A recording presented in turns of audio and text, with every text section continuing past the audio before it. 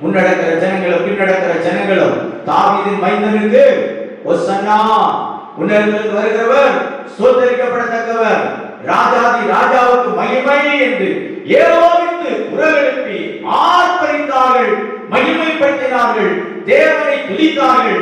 தேவனுடைய நாமம் அதன் மூலம் மகிமைப்பட்டது. உன்னதத்திலே தாவீதின் மைந்தனுக்கு ஓசன்னா, ஓசன்னா, கர்த்தரை கனம் பண்ணினார்கள். ராஜாவாய் பார்த்தார்கள், செய்த அற்புதங்களை கண்டு பிரமித்து போனார்கள். இன்றைக்கு நாமும் ஆண்டவரை துதிக்கிற ஒரு அனுபவம் உண்டாகட்டும். நம்முடைய வாழ்க்கையில் ஓசன்னா என்று சொல்றது மட்டுமல்ல, உண்மையிலே ஓசன்னா ஒரு கணக்குரியவர், ஒரு ராஜா, அவர் பெரியவர், உன்னதத்திலே ஸ்தோத்திரம் உண்டாவதாக என்று சொல்லி நம்முடைய இதயத்தின் ஆழத்திலிருந்து அவரை மகிமைப்படுத்துவோம்.